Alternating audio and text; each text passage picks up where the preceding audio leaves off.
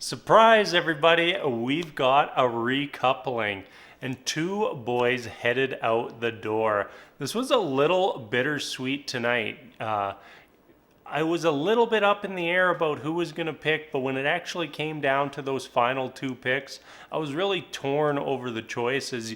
You really start to appreciate these people as you get to know them a little more. You start to root for them a little bit, and then one conversation happens, and their time on the island is over. Let's go through this episode tonight. So, first off, we had our Las Vegas party, and to me, the thing that stood out was Mackenzie and Connor. There everybody's involved, everybody's trying to play a game, and Mackenzie was having nothing to do with it.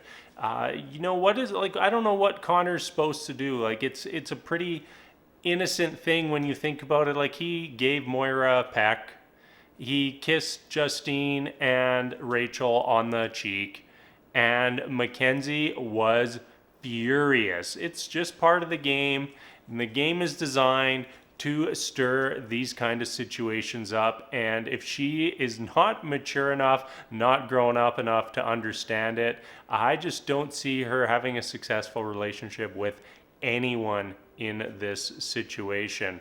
And then she's all mad. She's angry at him. Have their fight, and then the next morning, Connor goes and tries to talk to Mackenzie. And as soon as he tried to say, like, start the conversation, you knew it was going to go horrifically. He said, "Hey, do you think we could go somewhere and have a chat?" And she's just like, "No, just tell me right here. Why do we have to go somewhere?" Like, as soon as that started, it was going to end poorly for Connor. And sure enough, it did. And Connor was taught a valuable lesson when it comes to Mackenzie. Don't inform her how you're feeling, because this relationship is not about you, Connor. It's about her. It's about Mackenzie. It's not about your feelings at all whatsoever. And hopefully everyone votes so that Connor can go on this date with new girl Lauren coming in tomorrow, because I want to see that couple done. I want to see Connor and Mackenzie over. I want to see Mackenzie out the door. I don't turn on the TV to see a microwave Barbie, and that is not my thing. I don't like her at all whatsoever. All right, moving on. The big bombshell to me tonight was Jeremiah and Rachel. They seemed to be a very strong new couple in the house, and Jeremiah wasn't feeling it. Sat down with Rachel and said, I'm not feeling this. Thinking we're more just friends, and just wanted you to let me know. He didn't wait for the recoupling. He very easily could have, because if he had just waited to have that conversation till after the recoupling, he could have stayed in the villa and then moved on and tried to get to know the new girl, or meet the new people who come in. No, he was feeling it. He had the conversation, and as a result, we had to say goodbye to Jeremiah tonight. And I don't think any of us were thinking that at all. I think most of us were more along the lines of, okay, James is probably going home after the fallout with Moira. And then, who's the other one? Maybe Trey, maybe Caleb, maybe Calvin, but probably between Trey and Caleb. And then all of a sudden, it's like it comes down to Caleb and Jeremiah, and I'm just sitting there thinking, whoa, how did this come about, and how are we saying goodbye to Jeremiah right now?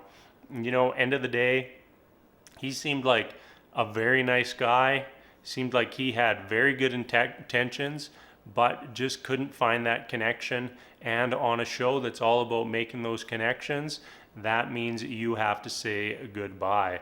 All right, we also have James and Moira. There was a little bit of story left there to tell, and I was really surprised in the end how everything went down.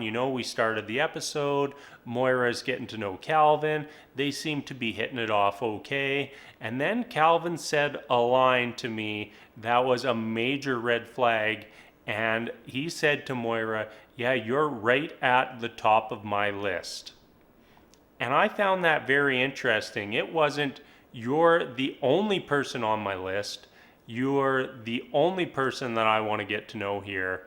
It was, you're just near the top of my list. And I started thinking, okay, maybe this isn't as great for Moira as she thinks. And now I'm kind of thinking that Calvin might not just be there for her and is willing to leave that door open to any other woman who may want to walk through it. We also had the last minute conversation between James and Moira, and James point blank asked Moira, do you ever see us getting back to where we were? And she straight up answered yes. And at that point I was thinking, holy, maybe James is actually staying in the villa. And I was really torn at that point, because I was watching the whole episode thinking, yep, he's done, it's over, James is gone. And then that conversation happened and really left that door open as we went into the recoupling. But as we all saw, Moira did pick new boy Calvin, and James had to say goodbye. So that's James and Jeremiah out the door. New girl Lauren coming in tomorrow, and we can all go on the Love Island app right now and vote for who we want to see go on dates with Lauren. I'm definitely going to be voting for Connor, because I want to see his relationship with Mackenzie implode as soon as possible. All right, that is it for tonight. I'll be back again tomorrow.